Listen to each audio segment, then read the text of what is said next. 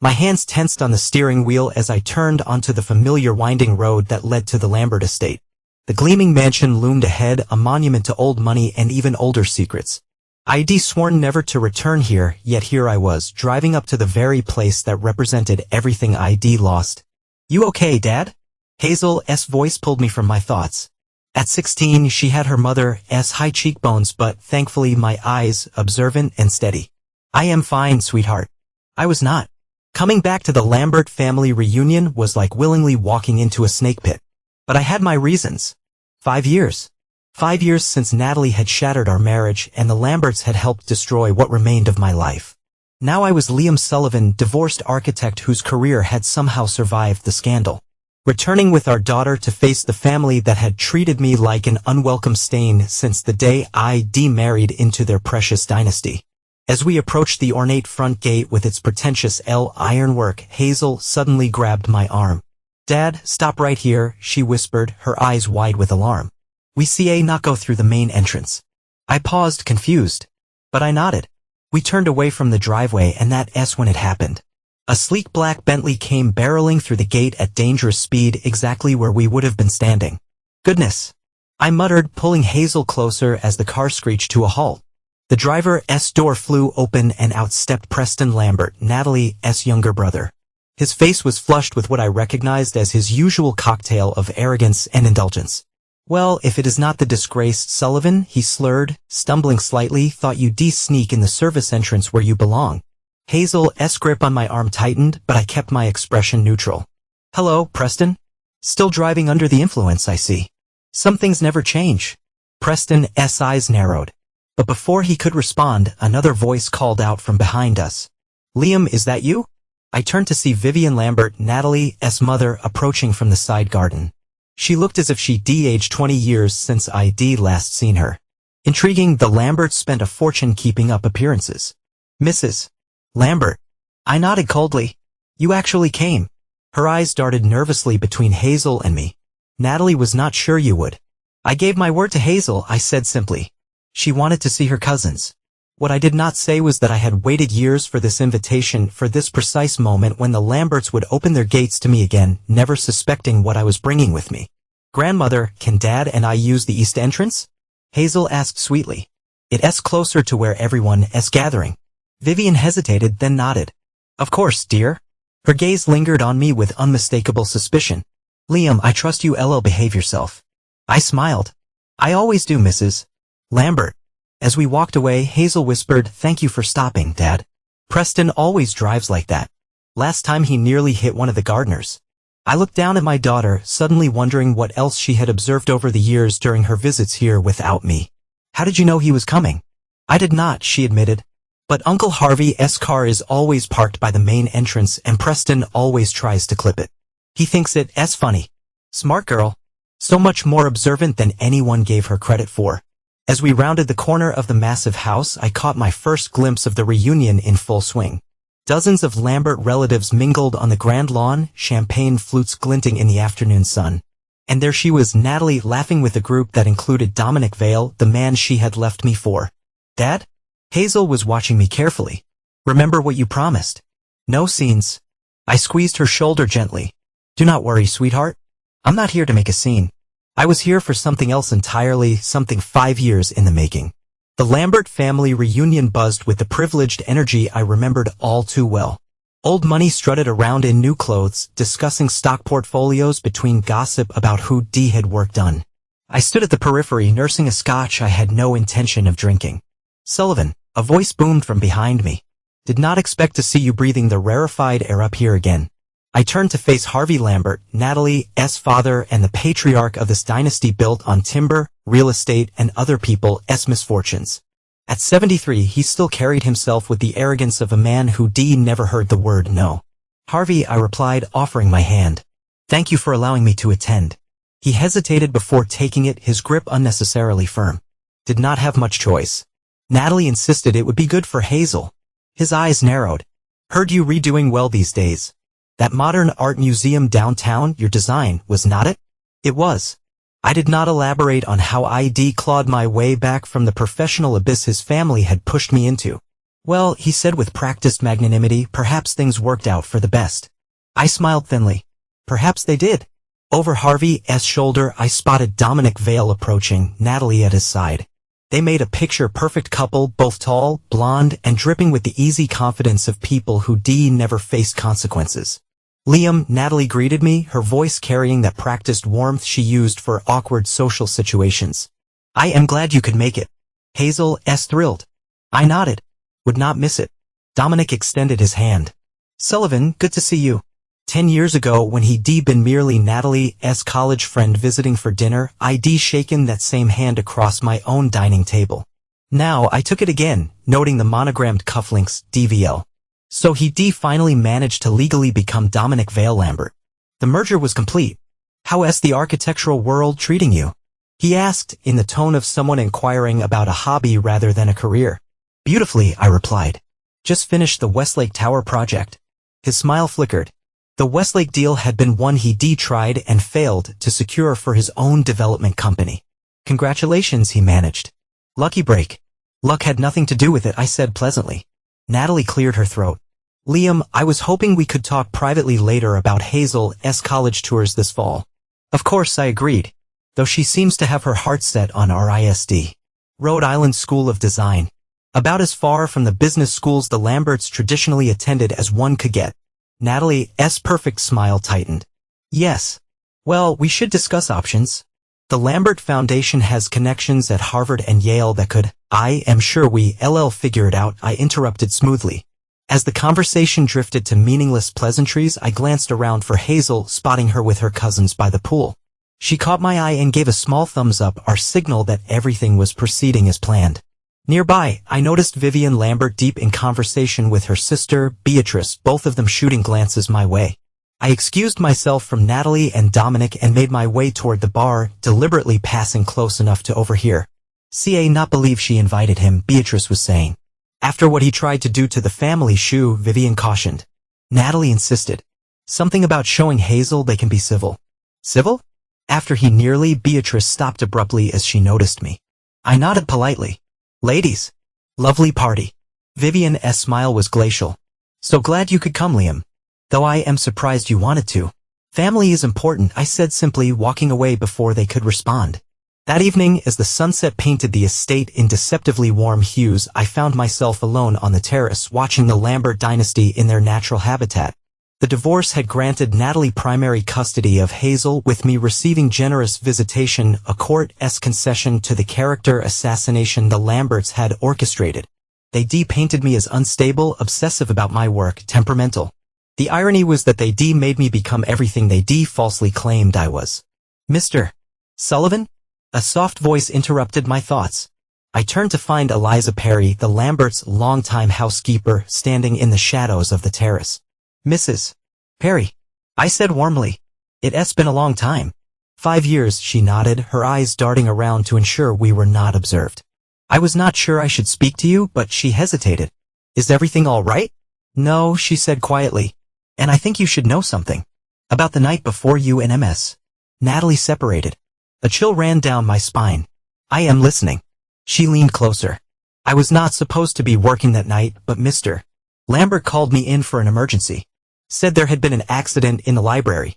When I arrived, Mr. Dominic was there with Mr. Lambert and Ms. Natalie. There was broken glass and Ms. Natalie was crying." "What kind of accident?" "I do not know exactly. But Mr. Lambert kept saying it's taken care of. No one will ever know. And later, when I was cleaning, I found." She hesitated again. "Found what, Mrs. Perry?" "A cufflink. With your initials. But it was bent and had what looked like blood on it." She shook her head. "The next day, everything happened so fast. The separation announcement, you moving out, those terrible stories in the papers. I always wondered. My mind raced. Do you still have the cufflink?" She shook her head. "Mr. Lambert took it. But I thought you should know. All these years, it did not sit right with me." Before I could respond, Hazel appeared at the terrace door. "Dad? Mom's looking for you. She says it's time for the family photo." Mrs. Perry melted away as quietly as she appeared. "Coming, sweetheart," I said. my mind still reeling from this new information. As we walked back inside, Hazel whispered, "Did you talk to Mrs. Perry?" I looked at my daughter sharply. "You knew she wanted to speak with me?" Hazel did not meet my eyes. "I might have mentioned to her that you were coming today." I studied my daughter's face, seeing a calculation there I'd never noticed before. "Hazel, what else have not you told me?" She finally looked up, her expression eerily reminiscent of my own when I'd made the decision to return here. "Lots of things, Dad. But do not worry. You'll know everything soon." The Lambert family photo was a choreographed display of dynasty and dominance, for generations arranged by height and importance, with Harvey and Vivian seated regally at the center. I stood at the far edge, included only because Hazel had insisted. "A little to the left, Mr. Sullivan," directed the photographer, a nervous man clearly aware of the family politics at play. I complied, noting how Dominic had positioned himself directly behind Harvey, the crown prince behind the king. As camera flashes popped, I caught sight of a familiar figure slipping through the garden doors. Theodore, Teddy Lambert, Natalie's cousin and the family's designated black sheep. The last I'd heard, he'd been disinherited after a spectacular meltdown at Harvey's 70th birthday party. After the photos, I made my way through the crowd until I found Teddy alone by the bar, already several drinks deep. "Well, if it is not my fellow exile," he slurred, raising his glass in a mock salute. "Welcome back to hell, Sullivan." "Teddy," I nodded. "Surprised to see you here." He barked a harsh laugh. "Grandfather's dying wish. Family unity, and all that nonsense." He leaned in conspiratorially. "The old man's got 6 months, tops. Aggressive pancreatic cancer. But do not tell anyone I told you. That's the family's latest dirty little secret." I feigned surprise, though I'd known about Harvey's diagnosis for months. "Sorry to hear that." Teddy waved dismissively. "Do not be. He's finally getting what he deserves." He lowered his voice. "Just like dear cousin Natalie, and that snake Dominic will get theirs." My interest sharpened. "What do you mean?" Teddy's bloodshot eyes gleamed. "You think you're the only one they've messed over? Join the club, architect boy." He glanced around before continuing. "Meet me in the old boathouse in an hour. There's something you should see."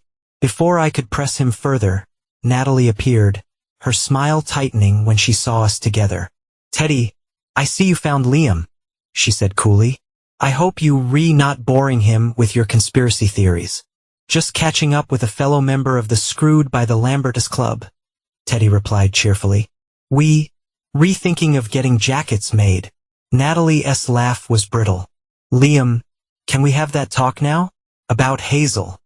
I excused myself from Teddy with a meaningful look that promised I'd find him later. Natalie led me to the library, the same room Mrs. Perry had mentioned in her story about the night before our separation. The library remained unchanged. Leather-bound books no one read, hunting trophies no one had hunted, and a portrait of Harvey Lambert looking smugly down from above the fireplace. "You looking well, Liam," Natalie began, taking a seat on one of the leather couches. "Thank you. So are you." It was true. At 42, she was still beautiful, though now there was a hardness around her eyes that had not been there during our marriage. "I'll get straight to the point," she continued. "Hazel tells me you supporting her application to RISD.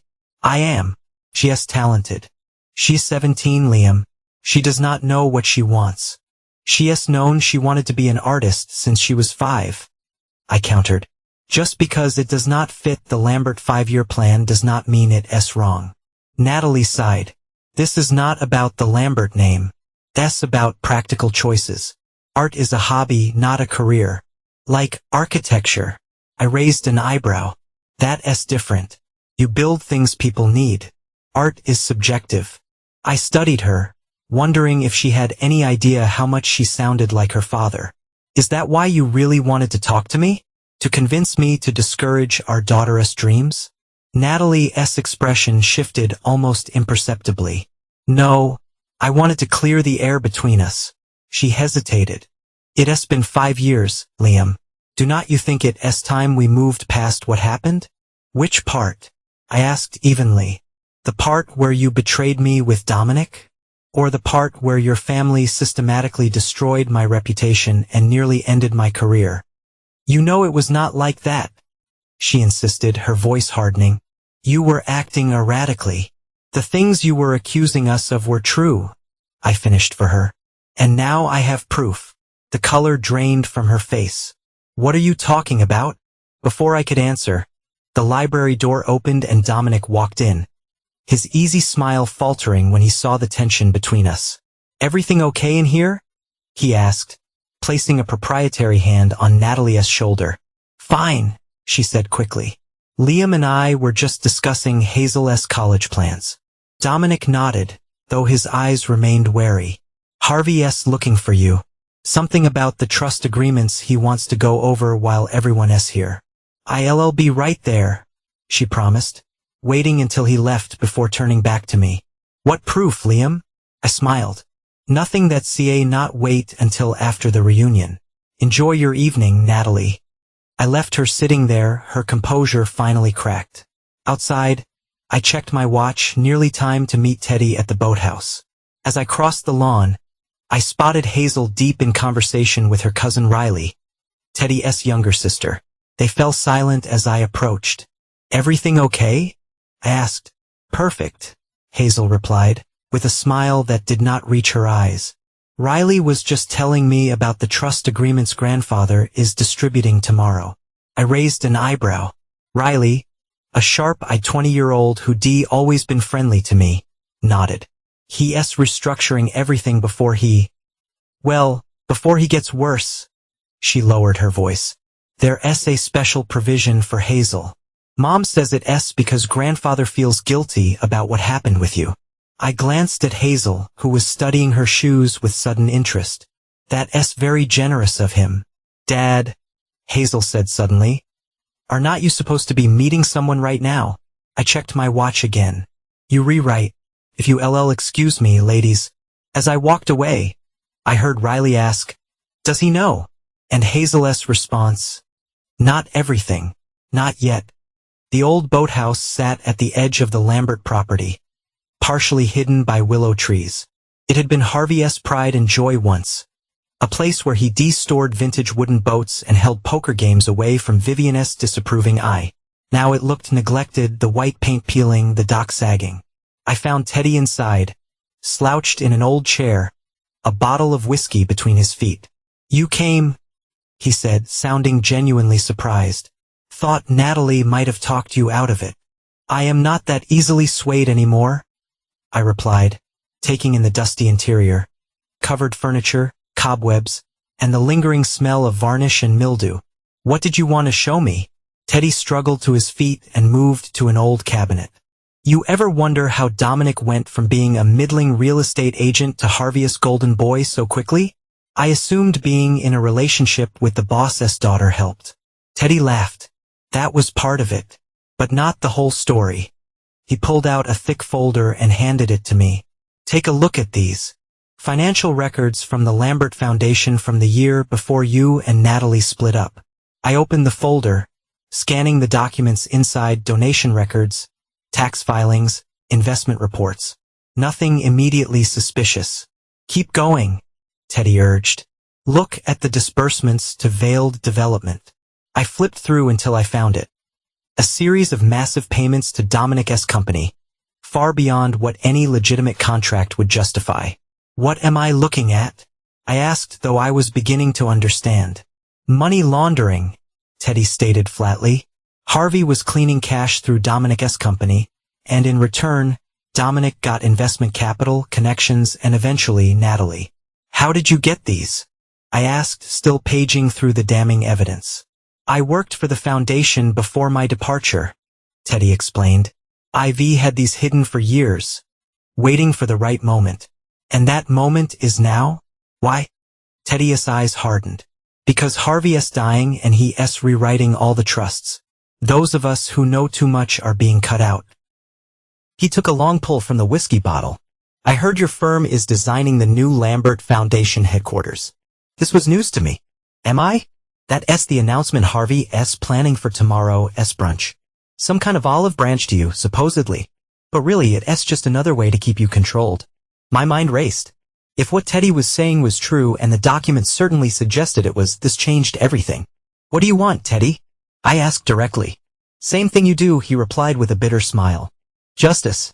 Revenge. Whatever you want to call it. And what makes you think that's what I want? Teddy's laugh was hollow. Because I've seen your face every time you look at Dominic. It's the same way I look at Harvey. He leaned forward. I know you've been planning something. Hazel told Riley you've been making calls, asking questions about the old days. I kept my expression neutral. Hazel talks too much. Or maybe she's smarter than any of us realize, Teddy countered. She knows what they did to you, Liam. What they were still doing. I closed the folder. I need to think about this. Do not think too long, Teddy warned. Tomorrow, Harvey announces the new trust arrangements. Once those papers are signed, it'll be too late for some of us. As I left the boathouse, the weight of the folder heavy in my hands, I spotted a figure moving quickly away from the building. Someone had been listening. But who? I hurried back toward the main house, my mind processing this new information and how it all fit into my own carefully constructed plan. 5 years of patience, of rebuilding, of waiting for this exact moment. I could not afford mistakes now. Inside, the party was still in full swing, though with a slightly drunken edge as the night wore on. I scanned the crowd for Hazel but did not see her. Instead, I found myself face to face with Harvey Lambert himself. Sullivan, he said, his voice low. A word in private.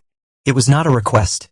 I followed him to his study, a masculine sanctuary of leather and mahogany where the real Lambert business happened. He closed the door behind us with a decisive click. I know you met with Teddy, he said without preamble. And I can guess what he showed you. I remained silent, assessing him. Harvey sighed heavily, lowering himself into his desk chair with the careful movements of a man in pain. Teddy's always been troubled, vindictive. You should not believe everything he tells you. The financial records seemed quite factual, I replied. Harvey's face remained impassive. Records can be manipulated, especially by someone with a grudge. He studied me. I am dying, Liam. Cancer. 6 months, maybe less. I am sorry to hear that. No, you're not, he said with unexpected frankness. But it does change things. How so? I've made mistakes, Harvey admitted. The way we handled your separation from Natalie, it was wrong. That's why I want you to design the new foundation headquarters. A fresh start. I regarded him skeptically. Why now, Harvey? After 5 years of blacklisting me from every major project in the city? He had the decency to look uncomfortable. Guilt, perhaps? Or the perspective that comes with facing one's mortality. He paused. And because Hazel asked me to. This surprised me. Hazel? She's a remarkable young woman. Reminds me of my late mother. Sees right through people's pretenses. Harvey leaned forward.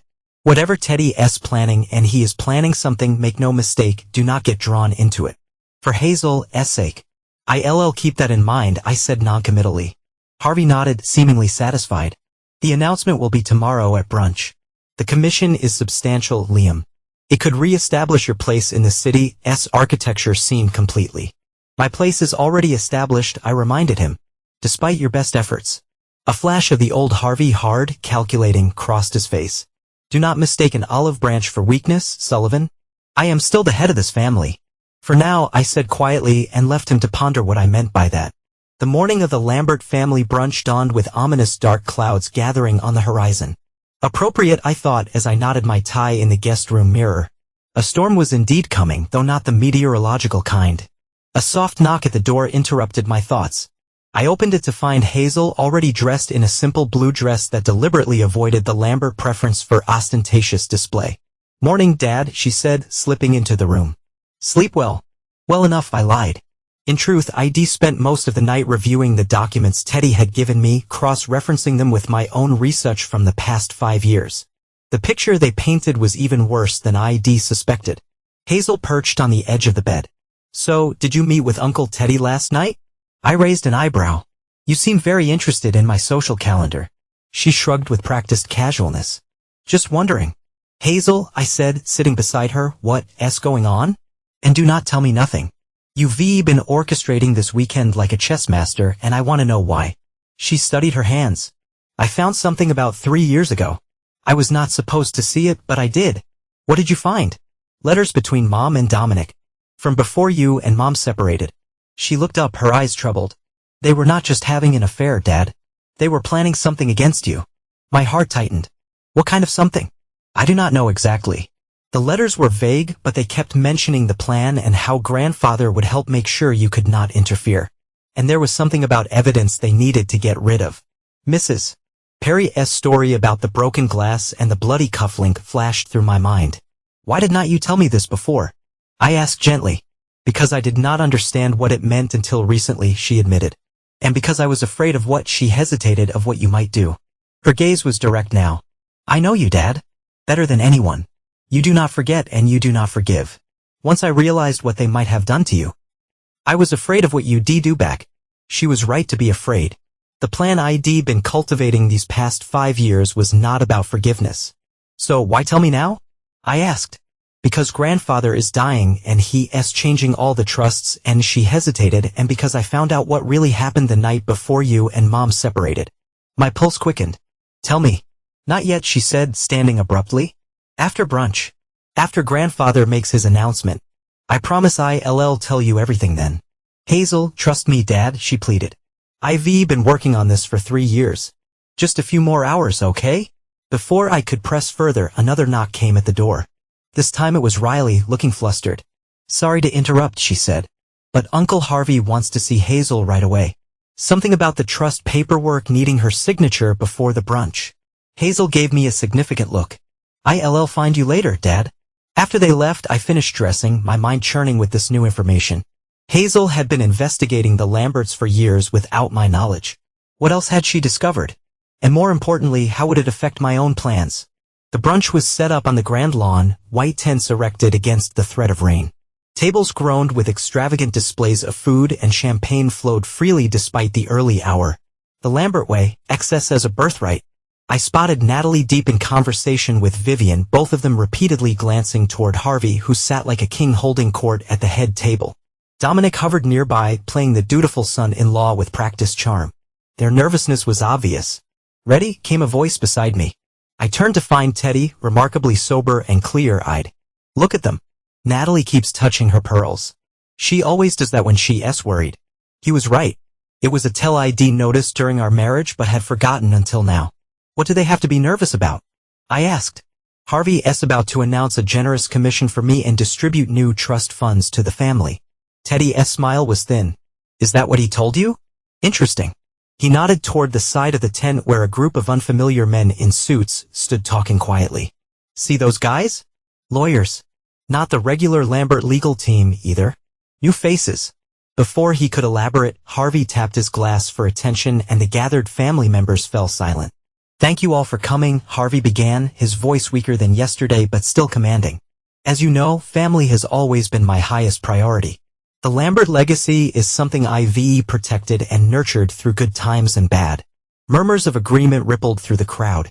Today, Harvey continued, I want to announce some changes that will secure that legacy for generations to come. He gestured to the suited men Teddy had pointed out. I've brought in independent counsel to oversee the restructuring of the Lambert trusts and foundation. I noticed Dominic shift uncomfortably, whispering something to Natalie that made her frown. The first announcement, Harvey said, looking directly at me, is that Sullivan Architecture has been commissioned to design the new Lambert Foundation headquarters. Liam, would you join me up here? A smattering of confused applause followed as I made my way to the front. Harvey shook my hand for the cameras that someone had strategically positioned. Liam Sullivan is not just a brilliant architect, Harvey announced. He is the father of my granddaughter, Hazel, and despite past differences, he remains part of the extended Lambert family. This commission symbolizes reconciliation and looking toward the future. As we posed for photos, Harvey muttered under his breath, Smile, Sullivan. This is for Hazel's sake. I did smile, but not for the reasons he thought.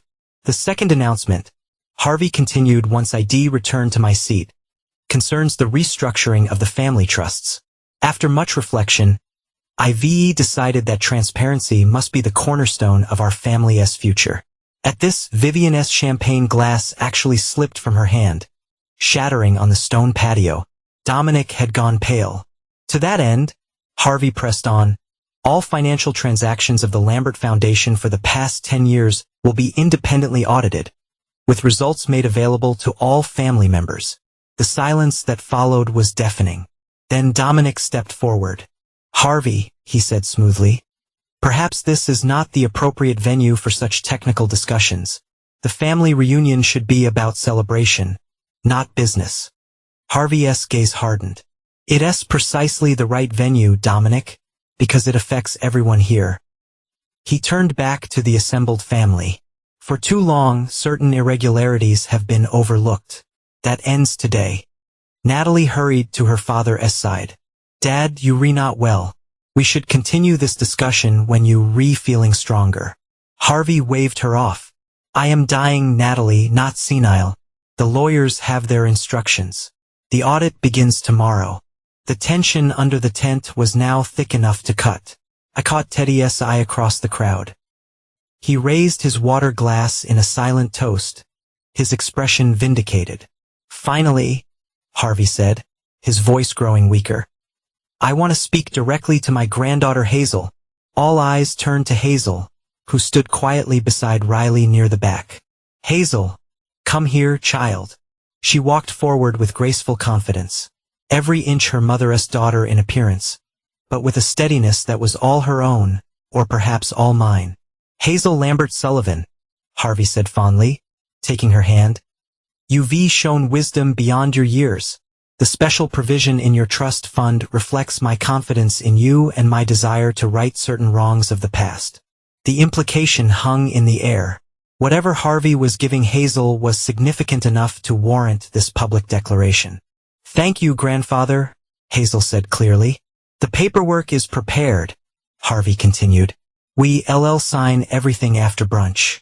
Now let's enjoy this lovely meal." But the festive mood was irreparably damaged. Family members broke into tense huddles, whispering urgently. Dominic pulled Natalie aside, his expression thunderous. Vivian seemed on the verge of tears. I made my way through the crowd until I reached Hazel. "What was that about?" I asked quietly. "Not here," she murmured. "Meet me at the boathouse in 20 minutes. Everything will make sense then."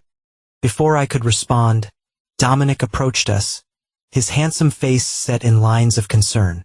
"Hazel, your grandfather needs to rest," he said. "The excitement has tired him. Perhaps you could help your grandmother get him back to the house." It was a transparent attempt to separate us, but Hazel nodded.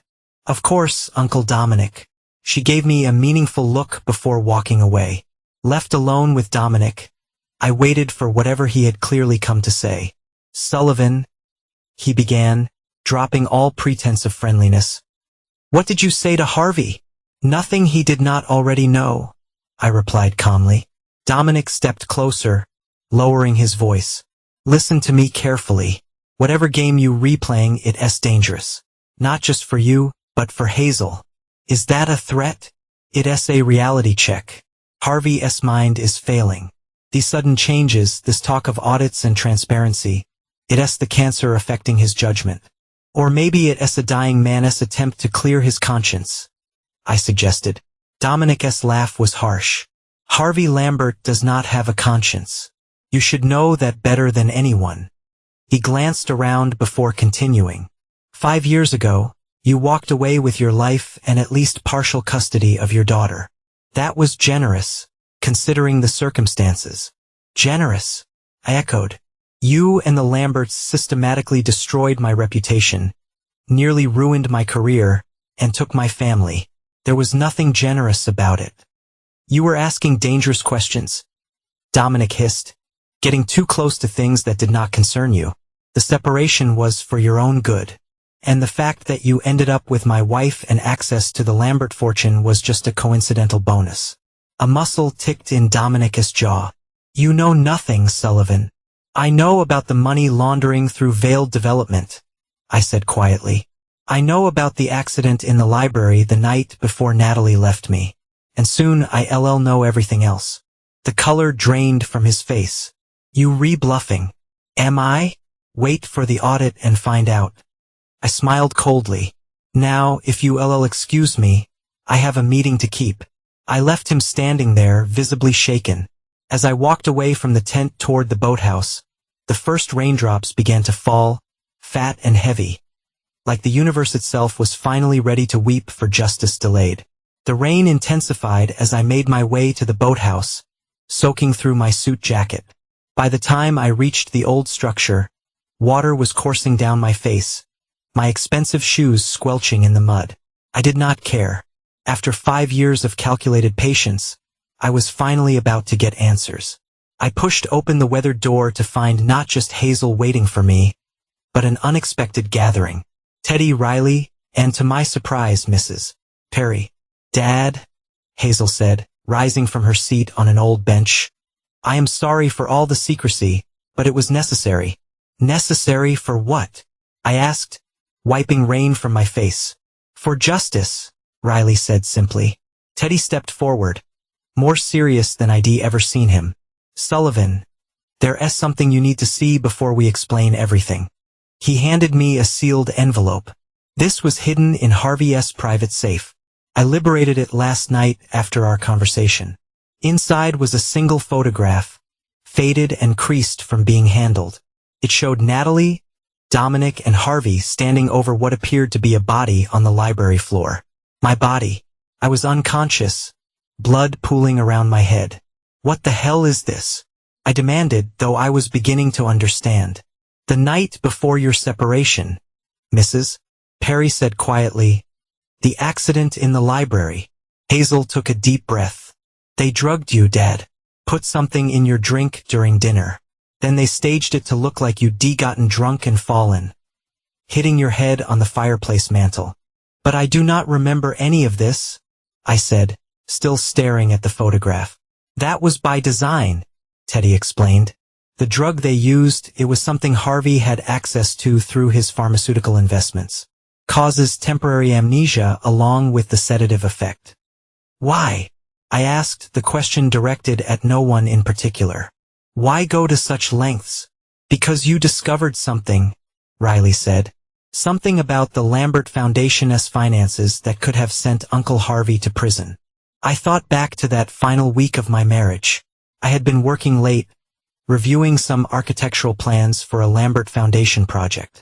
Natalie had been distant, making excuses to avoid spending time together, and I had stumbled across some discrepancies in the project budgets. The Kingston development, I said slowly as the memories resurfaced. Funds were being diverted, millions of dollars. Teddy nodded grimly, into a series of offshore accounts. It was not just money laundering, it was massive tax fraud, bribery of government officials, even funding some questionable ventures in countries with poor human rights records. But how would staging an accident help them? I asked. It was not just the accident, Hazel explained. While you were unconscious, they planted things in your home office. Evidence suggesting you were unstable, obsessed with conspiracy theories about the Lambert family. So when Natalie suddenly filed for separation the next day, I began. Everyone believed her story that you'd become mentally unstable, Mrs. Perry finished. Especially after you could not remember the accident and denied it had happened. The pieces were falling into place now. The sudden separation, the whispers about my mental health, the character assassination that had followed. And then they used that same narrative to push me out of major architectural projects, I said, the old anger rising fresh, suggesting I was unreliable, possibly dangerous to work with. Exactly, Teddy confirmed. It was the perfect plan. Discredit you professionally and personally so that even if you did start making accusations about financial irregularities, no one would believe you. I turned to Hazel, heart warring with pride. How long have you known about this? I started putting it together 3 years ago, she admitted. I found the photo hidden in Mom's desk when I was looking for some school papers. At first, I did not understand what I was seeing, but then I started noticing things. The way everyone got quiet when your name came up. How grandfather would change the subject if I asked about the separation. So you began investigating, I said, recognizing in her the same methodical determination I'd used in my own quest for answers. She nodded. Riley helped. And then we brought in Uncle Teddy because he had access to financial records. And Mrs. Perry? I asked. She came to me, Hazel explained. After overhearing Dominic and Mom arguing about what really happened that night, she had suspicions from the beginning. "I should have spoken up sooner, Mrs. Perry said regretfully. "But I was afraid. My husband was ill and the Lamberts provide our health insurance." I nodded, understanding the impossible position she'd been in. "So Harvey's announcement today about the audit and transparency was our doing," Teddy finished with a hint of pride. Hazel squeezed my hand, her eyes shining with determination. "We did it for you, Dad. For all of us. Now it's your turn. What happens next?" We've been feeding him information gradually over the past 6 months, making him believe Dominic has been secretly working against the family interests, which is not far from the truth, Riley added. "Uncle Dominic has been siphoning funds from the foundation for years, with or without grandfather's knowledge." "And Natalie?" I asked, dreading the answer. "How much did she know?" Hazel's expression softened with sympathy. "Everything, Dad. She was part of it from the beginning. The relationship with Dominic started almost a year before the separation. The plan to discredit you was her idea. The confirmation hit me like a physical blow, even though I'd suspected as much. I'd spent 5 years rebuilding my life, planning my return to the Lambert fold, all to expose the truth about that night and the financial crimes behind it. But I'd always held a sliver of hope that Natalie had been manipulated, that she'd regretted her role in what happened. "I am sorry, Dad," Hazel said, watching my face carefully. "I know you loved her once." I straightened, pushing the personal pain aside. "So what's the plan now?" "Harvey makes his changes to the trusts, the audit exposes the financial crimes, and then what?" Teddy and Riley exchanged glances. "That depends on you," Teddy said finally. "The audit will inevitably lead to criminal charges against Dominic, possibly Natalie as well. Harvey might escape legal consequences given his health, but his reputation will be destroyed." "And the Lambert fortune?" I asked. "Will be significantly diminished after fines and legal fees," Riley explained. "Plus, any assets tied to illegal activities will be seized." I turned to Hazel. "And the special provision Harvey mentioned for you?" She hesitated before answering. "He's giving me controlling interest in the legitimate holdings of the Lambert portfolio. Real estate mainly, including this estate." I blinked in surprise. "Why would he do that?" "Guilt," Teddy suggested. "Or maybe he finally recognized which family member has actual integrity. Or maybe," Riley added softly, "he knows what we've been doing, and this is his way of making amends without admitting fault." Thunder cracked overhead and rain drummed harder on the boathouse roof. Through the windows I could see the main house lit up against the darkening sky, the party continuing despite the weather. "There's more," Hazel said, her voice suddenly hesitant. "Dad, remember how you always said coincidences make you suspicious?"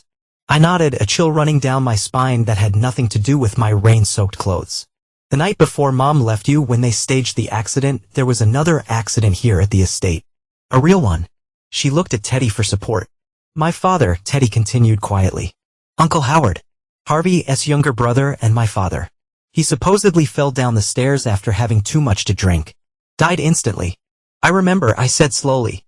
"It happened the same weekend, but I was already in the hospital by then, being treated for my accident." "It was not an accident, Mrs. Perry said flatly. "I overheard Mr. Harvey and Mr. Dominic talking about it years later. Mr. Howard had discovered the financial irregularities too. He confronted his brother, threatened to go public. The implications were staggering." "Are you saying Harvey had his own brother killed?" "Not directly," Teddy said, his voice tight with old grief. "But he created the situation that led to it.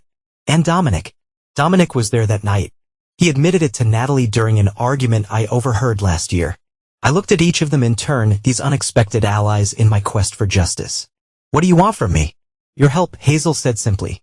"We've done the groundwork, gathered the evidence. But we need someone with nothing left to lose to take it to the authorities." She gave me a sad smile. "And you're the only person the Lamberts have already destroyed once. They say not hurt you again."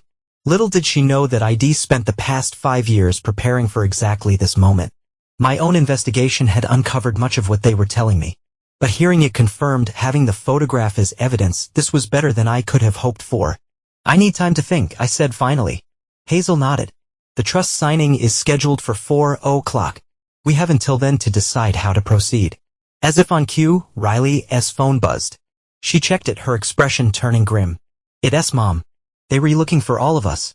Apparently Harvey's condition has worsened. They calling a doctor." "Go," I told them. "It would look suspicious if you all missing. I'll stay here and think." One by one, they filed out into the rain. Hazel lingered behind. "Dad," she said quietly, "whatever you decide, I want you to know I am proud of you. The way you rebuilt your life after what they did to you." She swallowed hard. It was not just about finding evidence. I needed to know what kind of man my father really is. After she left, I sat alone in the dim boathouse, the photograph heavy in my hand. 5 years of calculated moves, of rebuilding my reputation brick by brick while simultaneously gathering evidence against the Lamberts.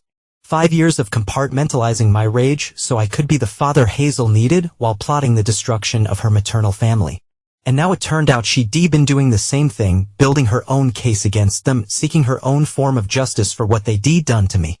Like father, like daughter. I pulled out my phone and dialed a number I'd memorized but never used. "Agent Harlow," a crisp female voice answered. "Who am I speaking with?" "This is Liam Sullivan," I said. "We have a mutual friend in Christopher Wagner at the SEC. Mr. Sullivan," she acknowledged, her tone shifting to alert interest. "Chris mentioned you might call someday. He said you were building a case." "The case is built," I replied. "And I am ready to present it." "How quickly can you get to the Lambert estate?" Chapter 6, The Confrontation. The rain had eased to a steady drizzle by the time I made my way back to the main house. The atmosphere inside was tense, the usual Lambert grandeur muted by the somber mood. Harvey was seated in a wingback chair by the fireplace, his face pale but his eyes sharp. Natalie and Dominic stood nearby, their expressions a mix of concern and anxiety. Vivian paced the room, wringing her hands. "There you are, Liam," Natalie said, her voice tight. "We've been looking for you." "Harvey's not well." "I heard," I replied, approaching the old man. "How are you feeling, Harvey?" He waved a dismissive hand. "Like a man on borrowed time. But I've made my peace with that. Today was a good day. A day of reckoning and redemption." Dominic's eyes narrowed, but he said nothing. Natalie bit her lip, her gaze flickering between us. "Where's Hazel?" I asked, turning to Vivian. "She's upstairs with the doctor," Vivian replied. "He's running some tests. She's been so worried about her grandfather." I nodded, taking a seat across from Harvey. "I can understand that. Family is important, after all." Harvey's lips curled into a faint smile. "Indeed it is. And today I've ensured that my family will be taken care of no matter what happens to me." The door opened and Hazel entered, her face composed but her eyes troubled. She walked straight to Harvey, taking his hand. "Grandfather," she said softly, "I am glad you're feeling better." He patted her hand. "I am glad you're here, my dear. I have something for you." He gestured to a document on the table beside him. "The special provision I mentioned earlier. It's all yours now. The real estate, the investments, everything legitimate. It's yours to manage as you see fit." Hazel's eyes widened in surprise, but she took the document without hesitation. "Thank you, grandfather. I will not let you down." Harvey's gaze shifted to me. "And Liam, I trust you'll help her. You've proven yourself to be a man of integrity, despite what happened in the past." I met his gaze steadily. "I'll do whatever it takes to protect Hazel and ensure justice is served." The room went silent, the weight of my words hanging in the air. Dominic's face darkened, and Natalie's grip on her champagne flute tightened. "Justice?" Dominic sneered. "What do you know about justice, Sullivan?" "I know enough," I replied calmly. "I know about the financial crimes, the cover-ups, the accidents that were not accidents. I know about the photograph." The color drained from Natalie's face. Dominic's eyes widened in shock. "What photograph?" he demanded. "You know the one," I said, pulling out the envelope and handing it to Harvey. "The one that proves you and Natalie staged an accident to discredit me. The one that shows you standing over my unconscious body." Harvey took the envelope, his hands trembling slightly as he opened it. He stared at the photograph for a long moment, his expression unreadable. "Where did you get this?" he asked finally, his voice barely above a whisper. "It does not matter where I got it," I replied. "What matters is what we do with it now." The room was silent, the tension palpable. Harvey looked up, his eyes meeting mine. "You've done your research, Liam," he said softly. "You know the truth, and now so does everyone else." He turned to Natalie and Dominic, his voice steady and firm. "You two have some explaining to do, and I, for one, am ready to listen." By 3 o'clock, the storm had intensified, lightning splitting the sky above the Lambert estate. as if nature itself was participating in the drama unfolding below. Inside the main house, family members had gathered in the great room, expressions somber. Harvey had indeed taken a turn for the worse, though the doctor assured everyone it was just exhaustion, not the imminent end. I stood at the periphery, watching the family dynamics with newfound clarity. Dominic hovered near Harvey's chair, solicitous and concerned, the perfect son-in-law. Natalie sat rigid beside her father, her hand occasionally straying to the pearls at her throat. Vivian fluttered about, ordering staff to bring tea and blankets, her brittle energy masking genuine distress. Hazel caught my eye from across the room and gave an almost imperceptible nod, our signal that everything was proceeding as planned. "Liam," Harvey called weakly, beckoning me closer. "Have you considered my offer?" I approached his chair, aware of Dominic tensing beside him. "I have, Harvey. It's very generous. But," he prompted, always sharp enough to hear the unspoken reservation. "But I'd like to discuss some specifics before I accept. Perhaps after you've rested." Harvey's eyes narrowed slightly. "No time like the present, Sullivan. The lawyers are still here. We can sign all the paperwork at once, your commission and the trust revisions." Before I could respond, the great room doors opened and Preston stumbled in, drenched and agitated. "There are federal agents at the gate," he announced to the stunned room. "FBI, SEC, I do not know who else. They saying they have a warrant."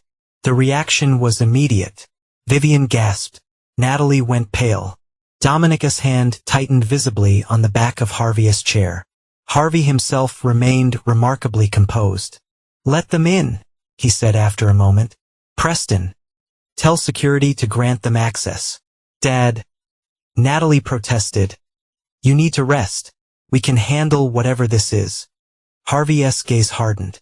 "No, Natalie. I believe we've had enough of handling things behind closed doors." He turned to me, his expression unreadable. "This is your doing, is not it, Sullivan?" The room fell silent, all eyes turning to me. "Not entirely," I admitted, "but I've contributed." Dominic stepped forward, his handsome face contorted with rage.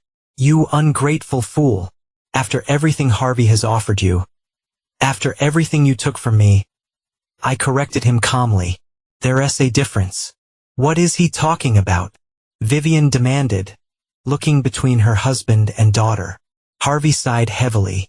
"It seems our past has finally caught up with us, my dear." The sound of multiple vehicles pulling up outside drew everyone's attention. Through the windows, we could see several black SUVs, their headlights cutting through the rain and darkness. "Dad," Hazel said, moving to stand beside me, her voice steady, "I think you should explain to everyone what is happening."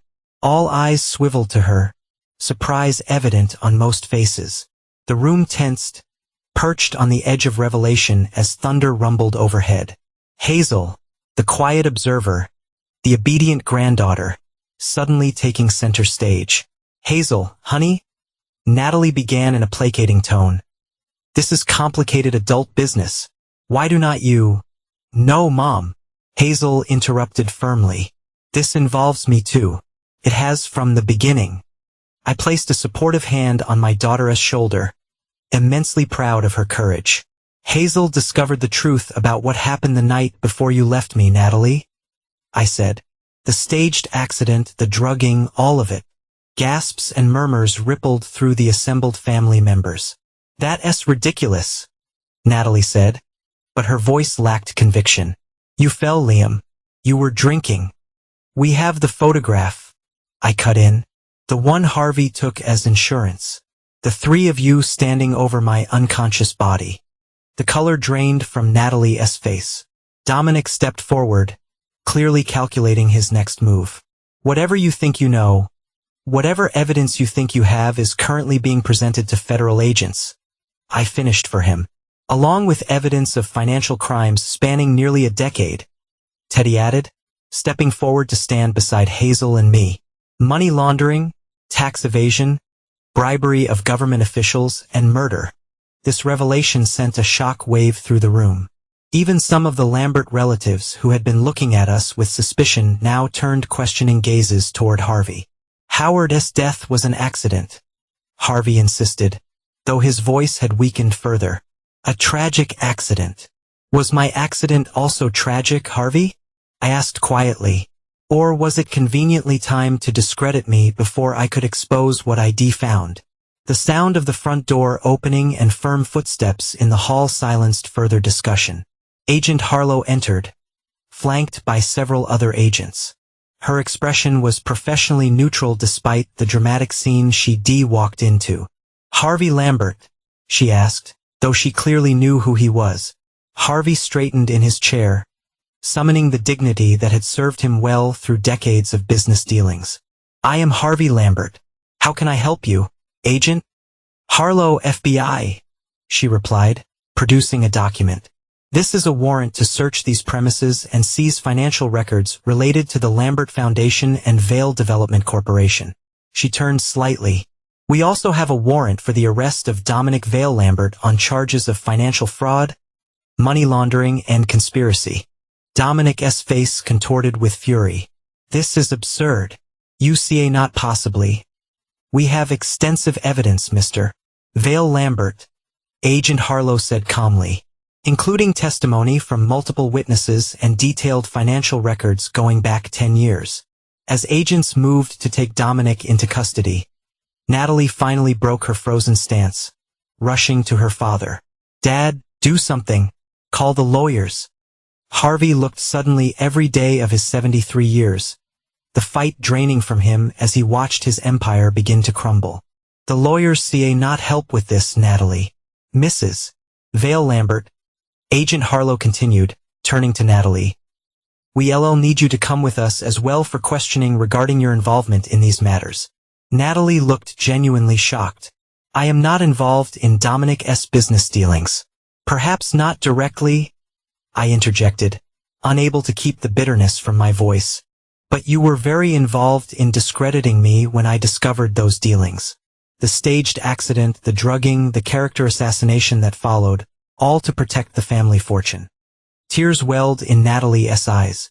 "Liam, you do not understand. It was not like that. I was trying to protect Hazel's inheritance, her future.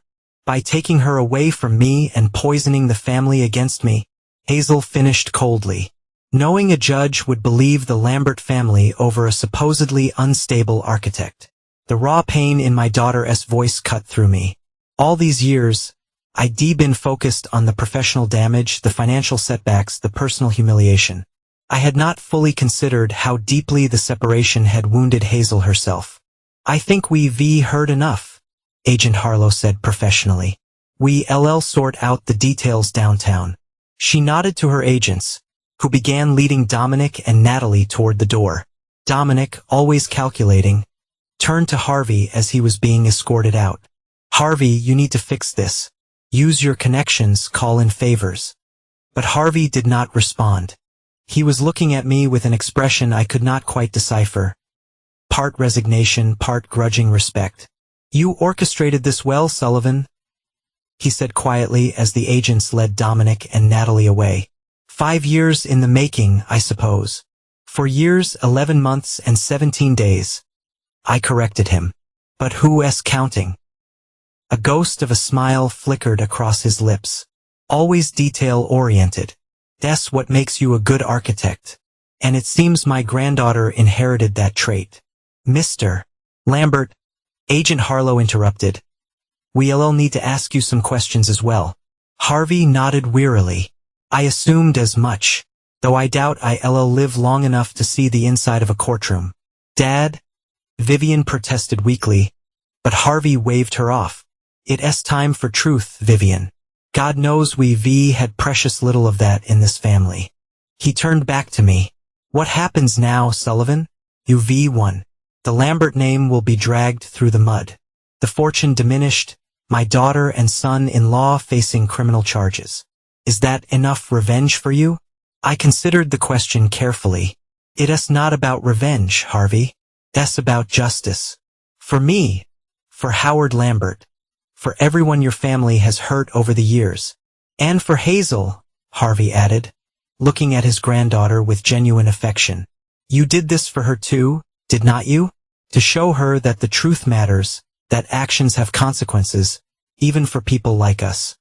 Especially for people like you, I corrected. As the agents helped Harvey to his feet, preparing to escort him for questioning, he paused before me. The commission offer was genuine, by the way. I really did want you to design the new foundation headquarters. Despite everything, you re the best architect I know. I'll pass, I said simply. I have other projects to focus on. Fair enough. He turned to Hazel. The trust provisions stand, regardless of what happens today. I've made sure of it. Use it wisely, my dear. And with that, Harvey Lambert was led away. The once mighty patriarch reduced to an old man in the rain. His carefully constructed empire collapsing around him. The great room emptied quickly after that, shell-shocked family members dispersing to process what had happened. Even Vivian left, escorted by concerned relatives to her private quarters. Hazel, Teddy, Riley, and I remained, standing in silence as the storm continued to rage outside. Is it over? Riley asked finally. I looked at my daughter, seeing the complex emotions playing across her face. Relief, sadness, uncertainty about the future. The worst part is, I answered, the legal proceedings will take time. The media coverage will be extensive. The Lambert name is finished, Teddy said, not sounding particularly upset about it. Even if some of the legitimate assets survive, the reputation is destroyed. Hazel moved to the window, watching the agents loading her mother and Dominic into separate vehicles. Mom will go to prison, will not she? Probably, I admitted, though likely for less time than Dominic. Her involvement in the financial crimes seems peripheral. But she knew about Uncle Howard, Teddy pointed out. About your drugging and the staged accident. That makes her an accessory. Hazel nodded slowly. I know. I never thought it would end like this. I joined her at the window, placing a gentle hand on her shoulder. How did you think it would end, sweetheart? She turned to me, her eyes welling with tears she'd been holding back. I thought maybe once they knew we had the evidence they'd deconfess, make amends somehow. That Mom would. I do not know, be sorry. My heart ached for her. Despite everything she discovered, despite her role in bringing the truth to light, she was still a daughter who had hoped for redemption from her mother. I am sorry it did not work out that way, I said softly. Hazel straightened her shoulders, wiping away a stray tear. Do not be. They made their choices, all of them, and now they have to live with the consequences. She looked at me with sudden intensity. Just like you lived with the consequences of what they did to you, but you rebuilt. You survived. You did not let them break you. Neither did you, I said proudly. You re-stronger than all of them combined. As the last of the federal vehicles pulled away, Teddy raised an imaginary glass. To justice delayed, but not denied. To truth, Riley added. To rebuilding, I said, looking at my daughter. Hazel nodded, a small smile finally breaking through her tears. To what comes next? Outside, the storm began to subside. The rain gentled from torrent to shower. The first hints of clearing sky appeared on the horizon, a fitting metaphor for the day's events. The Lambert legacy of secrets and manipulation was ending. What would rise in its place remained to be seen. The weeks following what the press dubbed the Lambert collapse passed in a blur of legal proceedings, media coverage, and profound personal reckonings. The family reunion that had begun as a carefully orchestrated trap had spiraled into the complete implosion of one of the city's most prominent dynasties. I stood in my downtown apartment, staring at the front page of the business section. Lambert Foundation executives indicted on 32 counts of financial fraud. The accompanying photo showed Dominic being led into the courthouse, his once confident expression replaced by haggard defeat. Natalie had managed to secure bail, claiming limited knowledge of the financial crimes. But the evidence against her involvement in my accident and the subsequent character assassination was damning. Her lawyer was frantically negotiating a plea deal, hoping to minimize her prison time. Harvey, true to his prediction, had escaped courtroom justice. His cancer had accelerated rapidly under the stress, confining him to hospice care at the estate. Doctors gave him weeks, not months. A knock at my door pulled me from these thoughts. I opened it to find Hazel, dressed in simple jeans and a sweater rather than the designer clothes Natalie had always insisted upon. "Hey, Dad," she said, stepping inside and eyeing the newspaper. "More bad press." "Just the usual," I replied, folding the paper away. "How are you holding up?" She shrugged, dropping onto my couch with a teenage casualness that belied the adult burdens she'd been carrying. "Okay, I guess. Weird at school. Everyone knows, of course. Some people avoid me like financial crime is contagious. Others suddenly want to be my friend, as if I am some fascinating criminal-adjacent celebrity. And your real friends? They've been great." She managed a small smile. "Riley's been staying with me at the estate. Having another teenager around helps." Since the arrests, Hazel had been living at the Lambert estate under the nominal guardianship of Vivian, though in reality, she was essentially on her own. The trust Harvey had established for her granted her significant independence, including the right to determine her own living arrangements once she turned 18 in a few months. "Have you visited your mother?" I asked carefully. Hazel's expression closed. "Once. It was difficult. She keeps saying she did everything for me. Like that makes it better somehow." I sat beside her, choosing my words carefully. People tell themselves whatever they need to justify their actions. Your mother convinced herself she was protecting your future by destroying yours. Hazel's voice hardened. "By lying to me for years about who you really were." I squeezed her hand. "What matters is that you found the truth for yourself. You did not let anyone else define who I was or who you are." "I've been thinking about that," she said, suddenly serious. "About who I am or who I want to be. And I do not want to be a Lambert anymore." She looked up, determination in her eyes. "After I turn 18, I want to legally change my name to just Sullivan." The request stunned me.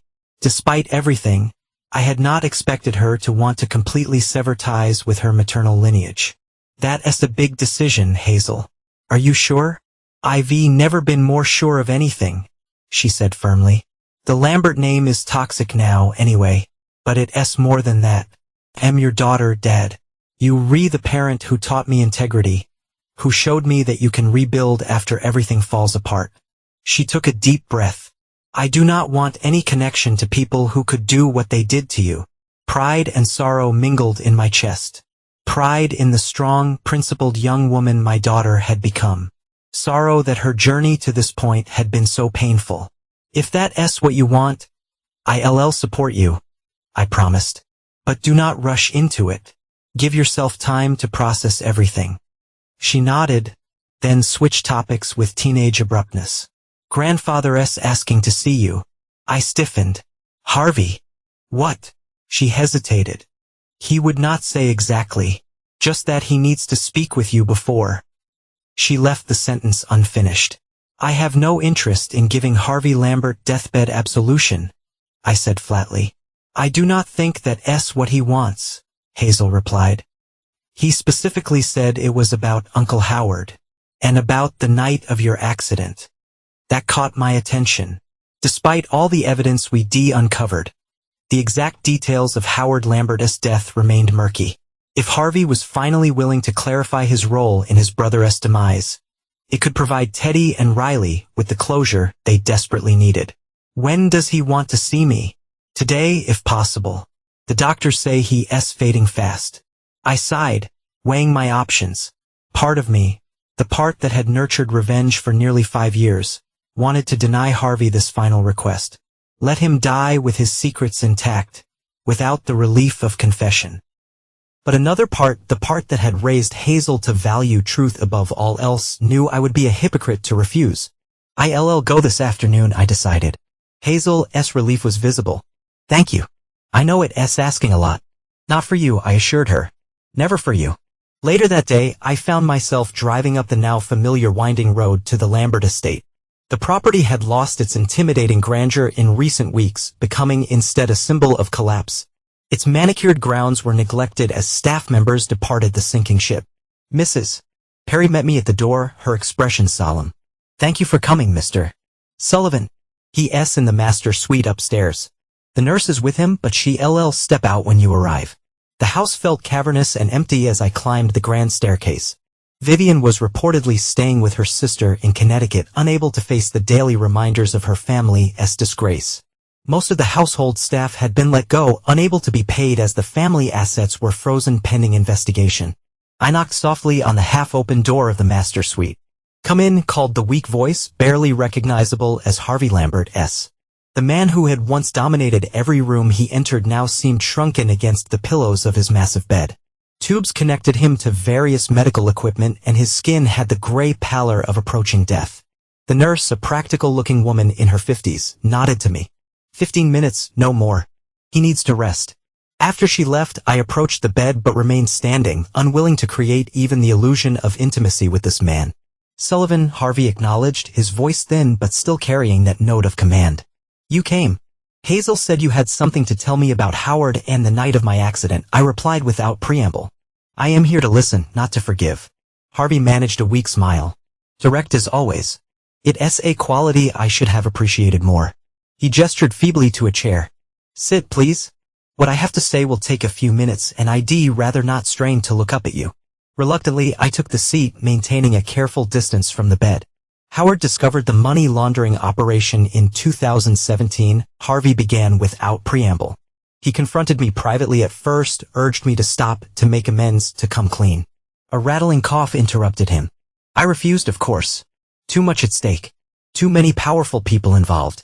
It was not just the Lambert fortune at risk, but our connections, our standing, our very identity as a family. So you had him killed, I supplied bluntly. Harvey's eyes closed briefly. Not intentionally. That night, he threatened to go public the next morning. We argued at the top of the stairs. Dominic was there, trying to mediate. A bitter laugh escaped him. Mediate while secretly being the architect of half the schemes Howard was threatening to expose. What happened? I pushed him, Harvey admitted, his voice dropping to a whisper. Not to kill him, just in anger. But he fell. The angle was wrong. His neck. Harvey swallowed hard. The sound is still with me. That crack.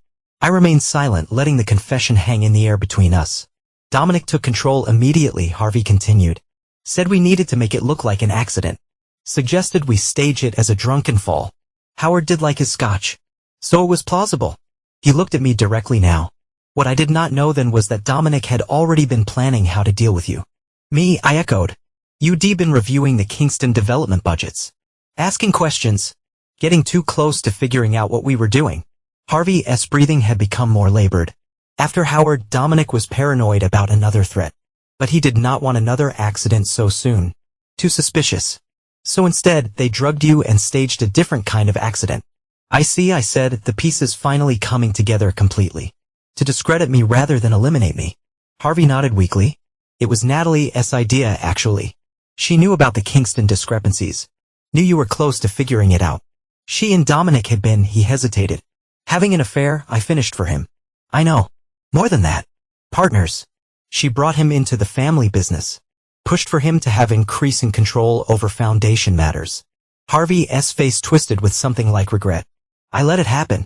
Thought Dominic had the killer instinct the Lambert business needed in the next generation. Did not realize he'd turn it against the family itself eventually? So Natalie suggested drugging me to create a plausible reason for a sudden separation, I prompted, wanting to hear the full confession. Yes. The plan was to slip something into your drink at dinner. Wait for you to become disoriented. Then stage a fall in the library. Photograph it as evidence of your instability. Then Natalie would express concern about your mental health. File for separation, citing your erratic behavior. He coughed again, longer this time. The character assassination afterward was improvised. You were more resilient than they expected. Fighting for custody, questioning the separation. They needed to discredit you more thoroughly. And you went along with all of it, I said, not bothering to hide my contempt. I did, Harvey admitted. I convinced myself it was necessary. Another unpleasant business decision. And you were, I prompted. Not a Lambert, he finished. An outsider threatening the family. It was nothing personal. I could not help but laugh at that. You destroyed my life. Took my daughter, nearly ruined my career. And it was nothing personal. Business. Business, Harvey insisted weakly. Always business. And Howard? I asked. Was that business too? Pain flashed across Harvey's face. That was a mistake. My greatest regret. Does Teddy know the full truth about his father's death? Harvey shook his head slightly. No one knows except Dominic, Natalie, and now you. His breathing grew more labored. That's why I wanted to see you. To ask what? For forgiveness, he whispered. I stood, unable to remain seated calmly any longer. After everything you've done. No, Harvey whispered. To ask you to tell Teddy the truth. He deserves to know what happened to his father. He paused, gathering strength. And to give you this. From beneath his pillow, he withdrew a small USB drive. What is that? I asked. Insurance, Harvey replied. Every transaction, every illegal deal, every bribe and threat. I documented it all. Protected myself in case Dominic or anyone else ever turned on me. A grim smile touched his lips. Old habits. I took the drive cautiously.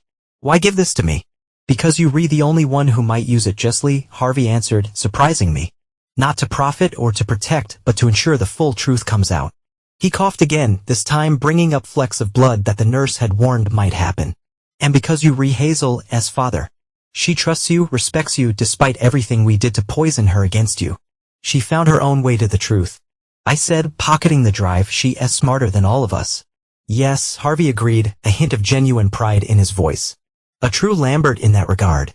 She's planning to change her name, I told him, perhaps cruelly, to Sullivan only. Rather than anger, resigned understanding crossed Harvey's face. Not blame her. The Lambert name is poison now. He closed his eyes briefly. Tell her I am sorry. Not for the money or the estate or any of that, but for letting her grow up in a family where lies were the foundation of everything. The nurse reappeared at the door. Time's up, Mr. Sullivan. He needs rest. I stood to leave, the USB drive heavy in my pocket. Sullivan, Harvey called weakly as I reached the door. I paused, looking back at the dying man. In the end, he said each word clearly and with effort, you won. Remember that. I considered his words. This was not about winning, Harvey. It was about truth. About justice and revenge. He added with the ghost of his old knowing smile, do not deny it. I recognize the satisfaction of a well-executed plan when I see it. I did not confirm or deny his assessment. Goodbye, Harvey. As I walked out of the Lambert mansion for what I hoped would be the last time, I realized Harvey was partly right. There had been satisfaction in watching the family that had destroyed me face the consequences of their actions. The architect in me appreciated the symmetry of it. They had dismantled my life and I had returned the favor. But revenge had not been my primary motivation. Not really. It had been about clearing my name, about showing Hazel the value of perseverance and integrity, about justice for Howard Lambert and everyone else the family had hurt over the years. At least, that's what I told myself as I drove away from the crumbling dynasty, the USB drive containing its final secrets secure in my pocket. 3 months after my final conversation with Harvey Lambert, I stood in the crisp October air beside Hazel watching his workers remove the Lambert name from the facade of what had once been the family's flagship office building downtown. The property had been sold as part of the asset liquidation following the criminal convictions. Strange to see it go, Hazel commented, her breath fogging in the cool morning. That sign's been there my whole life. Change is not always bad, I replied, putting an arm around her shoulders. She leaned into the half-embrace. I know. Sometimes it's necessary. She glanced at me. Did you ever imagine, when you were planning your return to the Lambert fold, that it would end like this? Complete implosion? I considered the question carefully. I expected justice. Consequences for what they did to me and others. But the scope of it? I shook my head. No, I did not anticipate how completely the house of cards would collapse. The fallout had indeed been more extensive than any of us had predicted. Harvey Lambert had died 6 days after our conversation, taking many of his secrets to the grave, though not before signing a detailed confession about Howard's death that provided Teddy with the closure he sought for years. Dominic had received a 20-year sentence for financial crimes, conspiracy, and his role in covering up Howard's death. He was currently serving his time in a medium-security federal prison, his appeals exhausted. Natalie had fared somewhat better legally, accepting a plea deal that resulted in a 7-year sentence, of which she'd likely serve 4 with good behavior. Her tearful courtroom apology had seemed genuine to everyone except perhaps Hazel, who had attended the sentencing but had not visited her mother since. The Lambert Foundation had been dissolved, its legitimate assets sold to pay restitution to victims of the financial schemes. The family fortune, once estimated at over $1 billion, had evaporated under the weight of legal judgments, fines, and asset seizures. Grandfather's provision for me survived, at least, Hazel noted as if following my thoughts. Though it's weird being the only Lambert with any money left. Sullivan, I corrected gently. As of last week, you're officially Hazel Sullivan. She smiled at that, a genuine expression of contentment. Right? Hazel Sullivan, architecture student. Her acceptance to RISD had come through last month, a bright spot amid the continuing fallout from the Lambert collapse. She deferred for a year, wanting to take time to process everything that had happened and to help Riley and Teddy navigate their own changed circumstances. How is Teddy doing? I asked as we turned away from the building, walking toward a nearby coffee shop. Better, I think. Having the truth about his dad helps. And the small inheritance from grandfather's personal estate means he can finally get proper treatment for his addiction issues. She hesitated. He's talking about writing a book. About the family, the corruption, all of it. That could be therapeutic for him, I acknowledged. And the public is certainly still interested in the story. The Lambert scandal, as the media had dubbed it, continued to fascinate the public months after the initial arrests. The legacy left behind was being rewritten, one story, one truth at a time. Books and documentary deals were already in the works, examining how one of the city's most prominent families had maintained a facade of respectability while engaging in criminal enterprises for decades. I had declined all interview requests, preferring to focus on rebuilding my life again and supporting Hazel through the ongoing upheaval.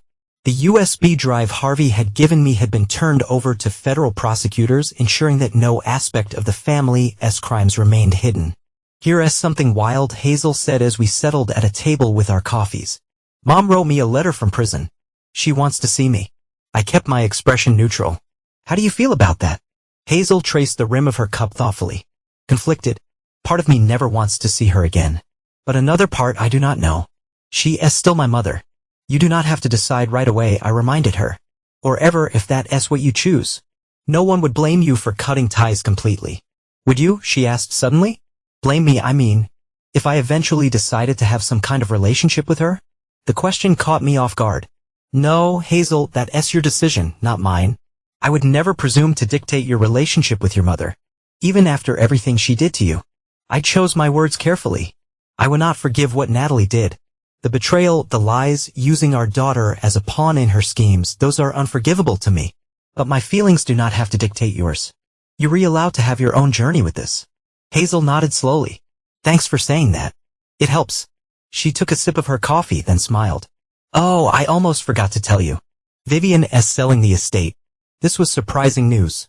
I thought she was determined to hold on to it. No matter what. She was, but reality finally set in. The maintenance costs alone are astronomical, and with most of the family assets frozen or seized. Hazel shrugged. She is moving to a condo in Florida, closer to her sister. How do you feel about the estate being sold? I asked. You spent a lot of time there growing up. Honestly, relieved. That place holds too many secrets, too many lies. She met my gaze directly. I was thinking actually, would it be okay if I moved in with you? Just until college next fall. Warmth spread through my chest. Of course, you do not even have to ask, Hazel. My home is always your home. Her smile was worth everything we'd been through. I was hoping you'd say that. Riley is staying with her mom's family now that they've reconciled, so the estate feels even emptier. As we continued chatting about practical arrangements for her move, my phone buzzed with an incoming call. The screen showed Christopher Wagner, my contact at the SEC who had helped connect me with Agent Harlow. I should take this, I told Hazel, stepping away from the table. Hello, Chris. Liam, he greeted me, his tone upbeat. Just got some news I thought you'd want to hear right away. The judge approved the seizure of Dominic's offshore accounts. The ones in the Caymans that he thought were untraceable. That's good news, I acknowledged. More funds for restitution. It's better than good, Chris continued. In those accounts, we found evidence linking Dominic to 3 other major financial fraud cases we've been investigating for years. Cases involving people even more powerful than the Lamberts. My interest sharpened. What kind of people? Politicians. Foreign dignitaries. A federal judge, Chris lowered his voice. The kind of people who make Harvey Lambert look like a small-time operator. And Dominic had connections to all of them. More than connections. Evidence suggests he was their handler, their fixer, the one who arranged the money laundering, the offshore accounts, everything. Chris sounded excited now. Liam, what you started with the Lambert case may end up being the thread that unravels something much bigger. After finishing the call, I returned to Hazel, my mind racing with this new information. Everything okay? She asked, noting my expression. Yes, I said slowly. Just unexpected developments in the case. She studied me with that perceptive gaze that missed nothing. They found something else, did not they? Something bigger than just the Lambert crimes. I nodded, not bothering to dissemble. Hazel had earned complete honesty. It seems Dominic was involved with some very powerful people. The kind who make your grandfather look minor league. And now they reinvestigating these people too? Yes. Hazel considered this. So it's not really over, is it? What we started? No, I admitted. It appears to be just the beginning. As we left the coffee shop, walking back toward my car under the crisp autumn sky, I found myself contemplating the unexpected scope of what we set in motion. What had begun as a personal quest for justice had expanded into something that might ultimately reshape the city's power structures.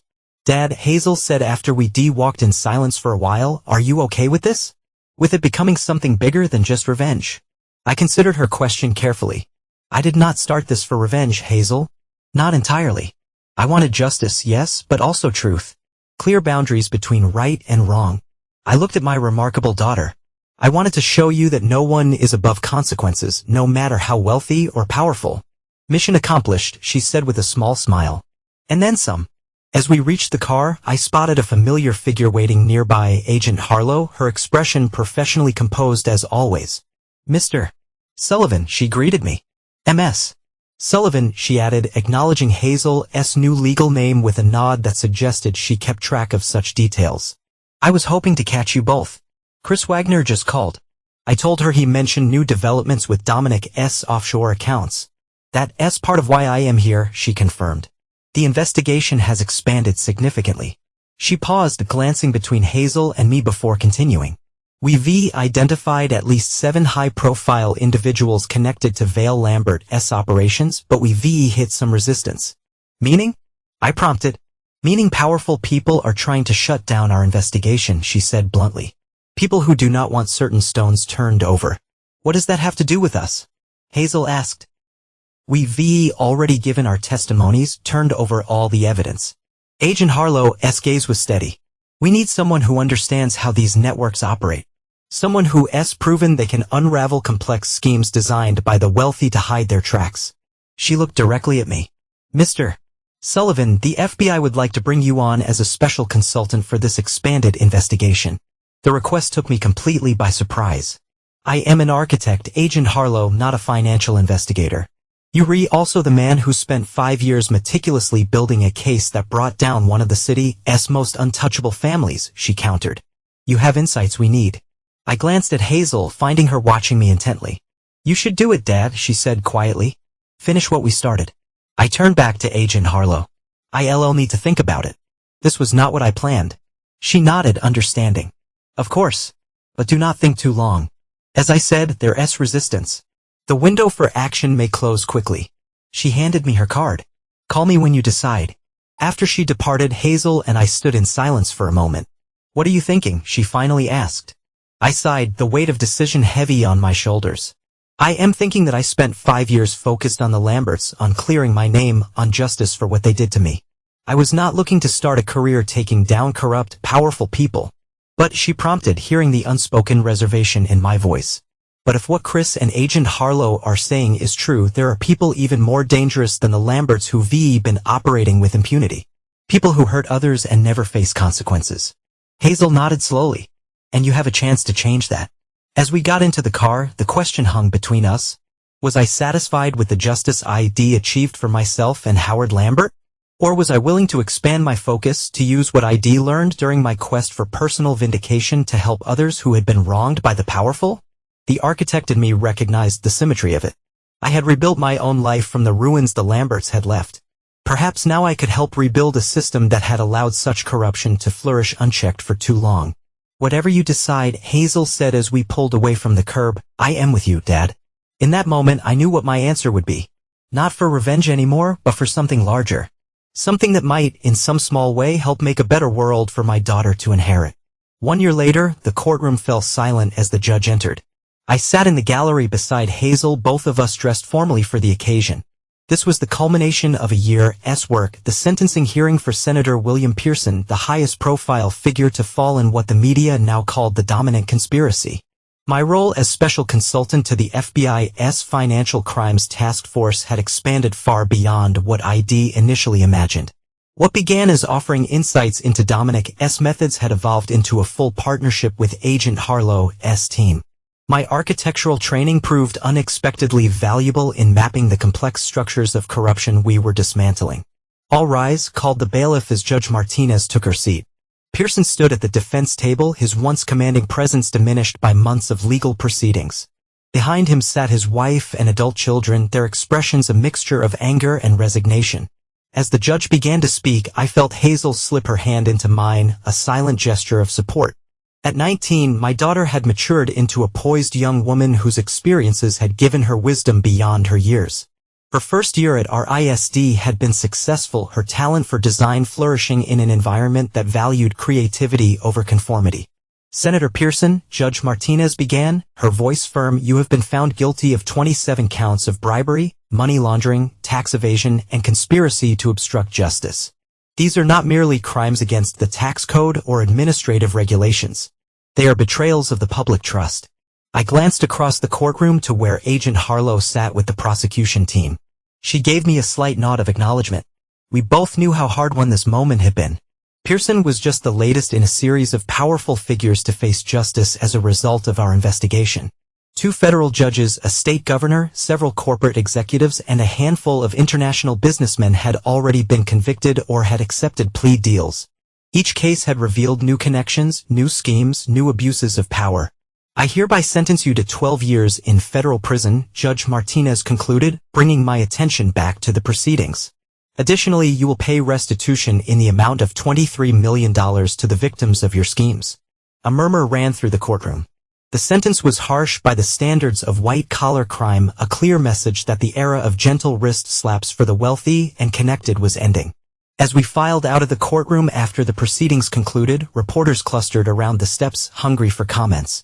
I guided Hazel through the crowd, declining requests for interviews as we had throughout the past year. "Mr.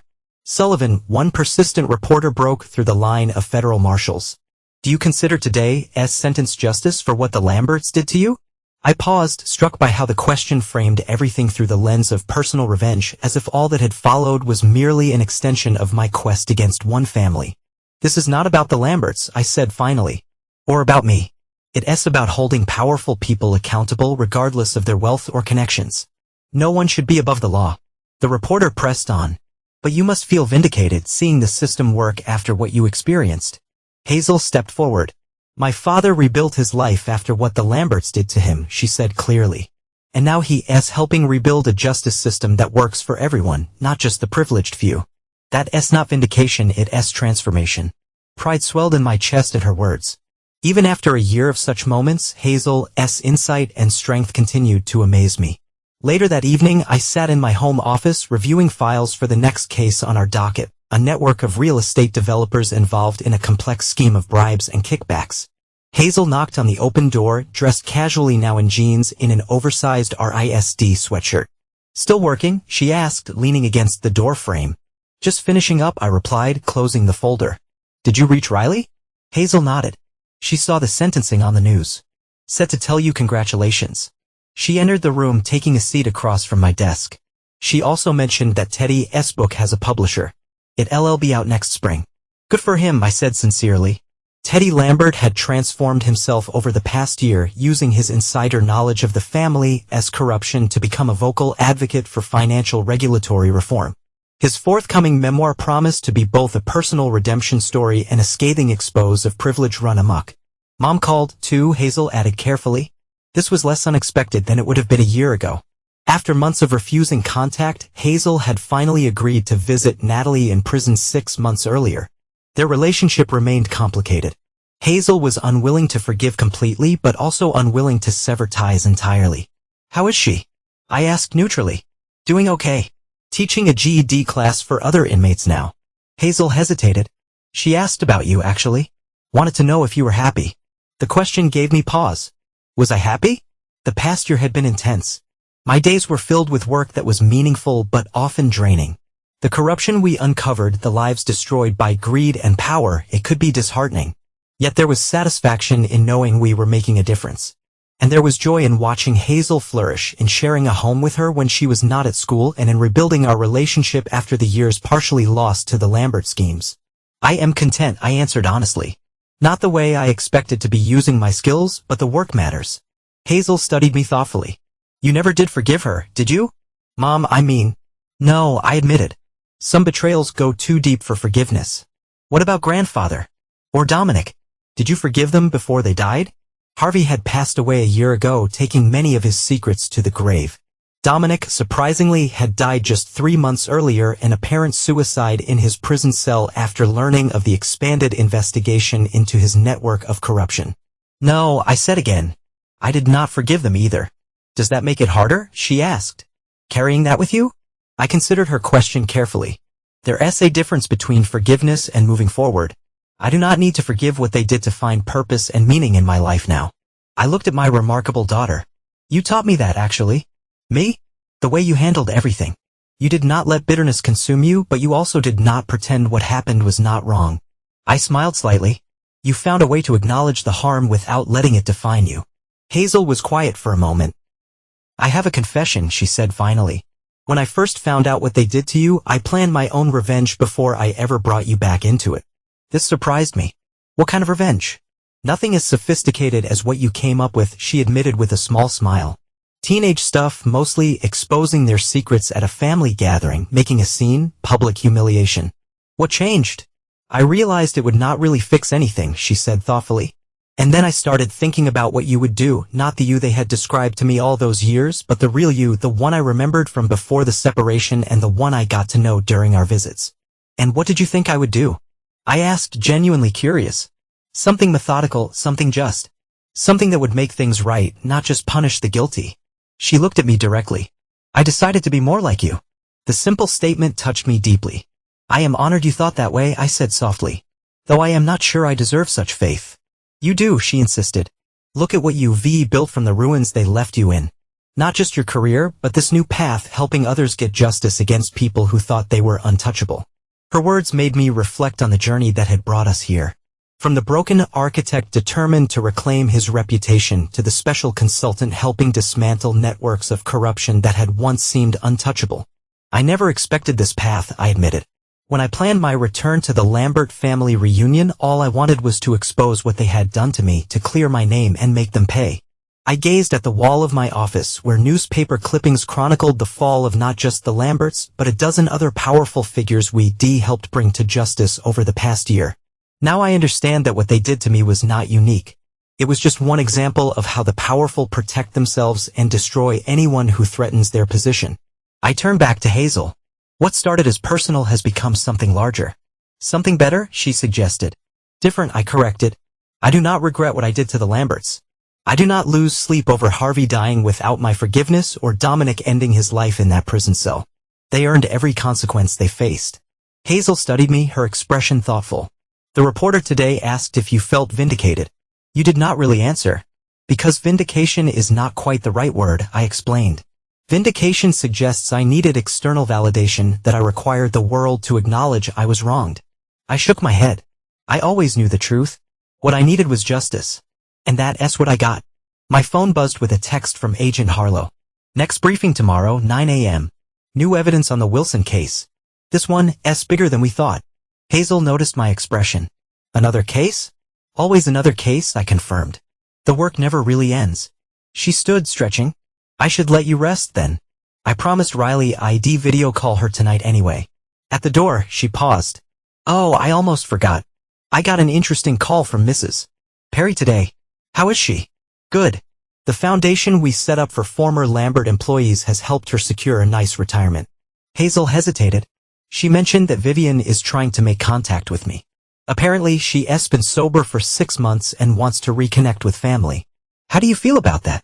I asked carefully. Hazel's expression hardened in a way that reminded me of myself. The same way I felt when Uncle Preston made similar attempts last month. They had years to be decent, supportive family members. Years to tell the truth about what happened to you. They chose loyalty to wealth and status instead. She shook her head firmly. Some bridges stay burned. Pride mixed with a touch of concern filled me. Hazel had inherited more than just my eye color. She deabsorbed my uncompromising stance toward betrayal. You resure that's what you want? I asked. Closing those doors permanently? I learned from you, Dad, she said simply. We do not forgive betrayers. We move forward without them. After she left, I sat in the quiet of my office contemplating her words. Had I taught her to be too hard, too unforgiving? Or had I simply prepared her for a world where loyalty was rare and betrayal common? The question lingered as I prepared for bed. Sleep came easily these days, a marked change from the years after the separation when insomnia had been my constant companion. The peace of justice served, perhaps? The following morning I met Agent Harlow at the Federal Building downtown. She greeted me with her usual professional nod, sliding a thick folder across the conference table.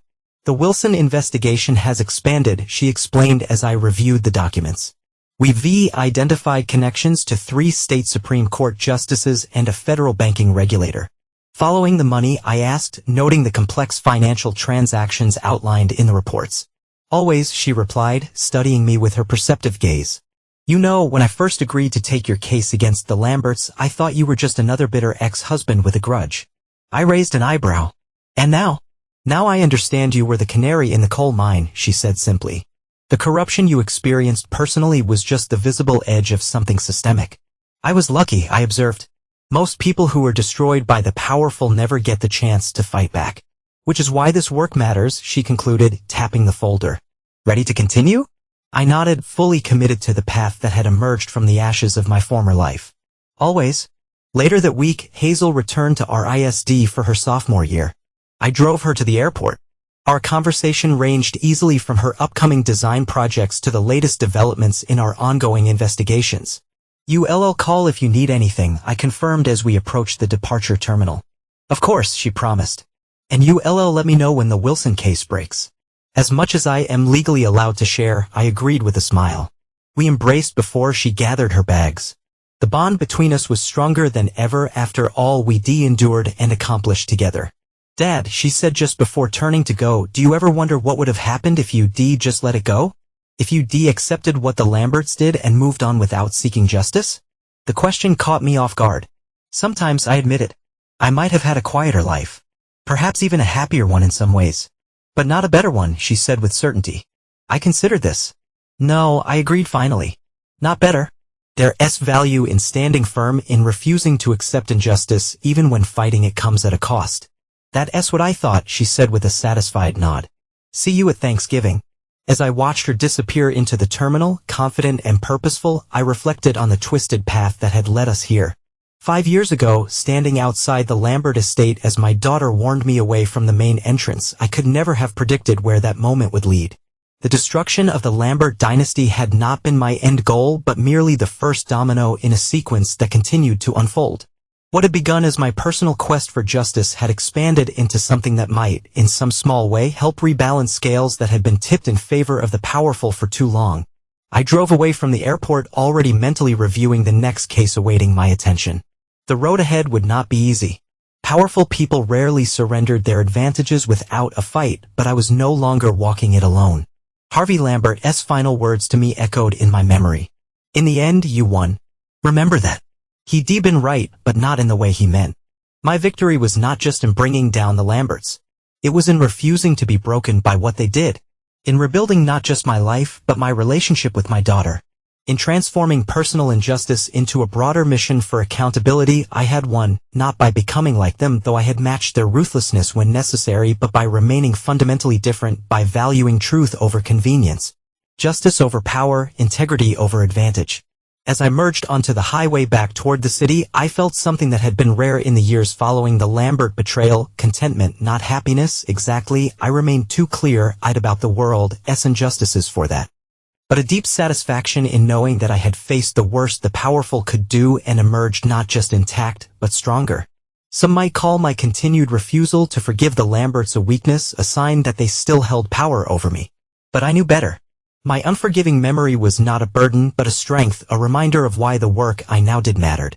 In the end, the broken architect had not just rebuilt his own life, but had found a way to help repair the very systems that had once been weaponized against him. Not with forgiveness, but with relentless pursuit of justice.